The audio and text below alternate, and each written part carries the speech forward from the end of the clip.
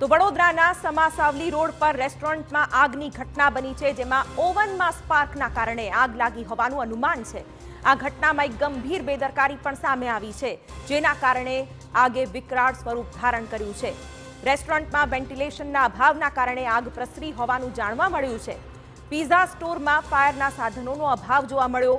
આગની આ ઘટનામાં 5 ફાયર બ્રિગેડની ટીમે આગ પર કાબુ મેળવ્યો।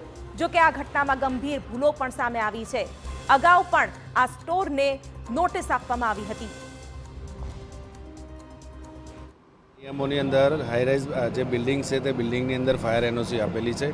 સદર સ્થળ પર જે તે સમયે એનઓસી લેતી વખતે પણ આપણે જે પણ અરજદાર હોય છે તેની પાસેથી આપણે લેતા હોઈએ છીએ કે એએમસી લેતા હોઈએ છીએ। જે એએમસી લેવાના કારણે કે જે પણ જગ્યાએ ફાયર ડિપાર્ટમેન્ટ દરેક જગ્યાએ દરેક બિલ્ડિંગની અંદર 24 કલાક ત્યાં સ્ટેન્ડ બાય નહીં રહી શકતું, તો તે જગ્યાએ તે લોકોને પોતે જ કાર્યવાહી કરવાની હોય છે। ત્યાંના જે પણ સિસ્ટમ જેને ઇન્સ્ટોલ કરી હોય છે તે લોકો સિસ્ટમ્સને મેન્ટેન્સ કરતા હોય છે। એટલે સદર સ્થળ ઉપર પણ આપણે આવીને રેસ્ટોરન્ટ્સને એને નોટિસ આપેલી છે અગાઉ પણ। નોટિસનું પાલન ન થયું અને આગની આ ઘટનામાં ગંભીર સવાલો પણ ઊભા થયા છે। ત્યારે બન્યું એવું કે હોટલના માલિક TV9ની ટીમને જોઈને ભાગતા પણ જોવા મળ્યા। હાલ તો સ્ટોરનું લાઇટ કનેક્શન કાપવામાં આવ્યું છે અને આસપાસ આવેલી અન્ય રેસ્ટોરન્ટ અને હોસ્પિટલની સુરક્ષાને પણ સુનિશ્ચિત કરવામાં આવી છે। વંસલ મોલ છે, એમાં ટ્રિગ્નો પિઝા કરીને જે રેસ્ટોરન્ટ છે એમાં આગ લાગવાના મેસેજ મળતા પોલીસ તાત્કાલિક પહોંચી ગઈ હતી। ફાયરની ટીમ પણ પહોંચી ગઈ છે। આગ હાલમાં કાબૂમાં છે।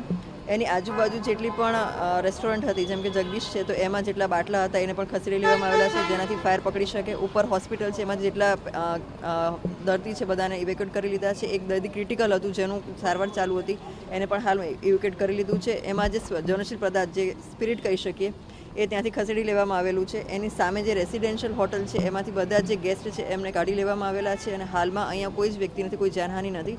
ફાયર કાબૂમાં છે। FSLની ટીમ બોલાવવામાં આવેલી છે અને એના પર આગળ તપાસ કરવામાં આવશે કે કયા કારણથી અહીંયા આગ લાગવામાં આવેલી છે। કે આગની આટલી ગંભીર ઘટના પછી જ્યારે TV9એ ઘટના સ્થળની સ્થિતિ જોઈ ત્યારે સમજાયું કે નિયમોનો ઉલાળ્યો થયો છે।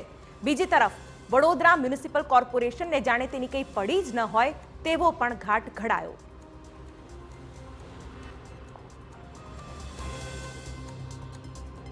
ગુજરાત રિફાઇનરીમાં લાગેલી આગની ઘટના હજુ તો 2 દિવસ નથી વીત્યા। ત્યાં શહેરમાં બીજી તરફ સમાસાવલી રોડ પર આવેલી જે ખાનગી રેસ્ટોરન્ટ છે તે રેસ્ટોરન્ટમાં આગનો બનાવ બન્યો છે।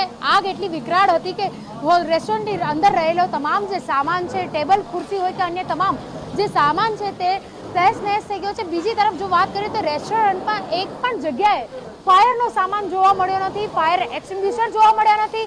કોઈ પણ પ્રકારની તેમની પાસે જે સર્વિસ હોય તેમને લગાવવામાં આવતા જે તેમના પાસેના જે સાધનો હોય, તમામ જે કાગળો હોય, પરિપત્રો હોય, એક પણ વસ્તુ જોવા મળી નથી। ત્યારે ફાયરના જે નિયમો છે, સાથે સાથે તમામ જે ફૂડ સેફ્ટીના જે નિયમો છે, આ તમામ નિયમોનું ઉલાળ્યો કરતા હોવાના દ્રશ્યો સામે આવી રહ્યા છે।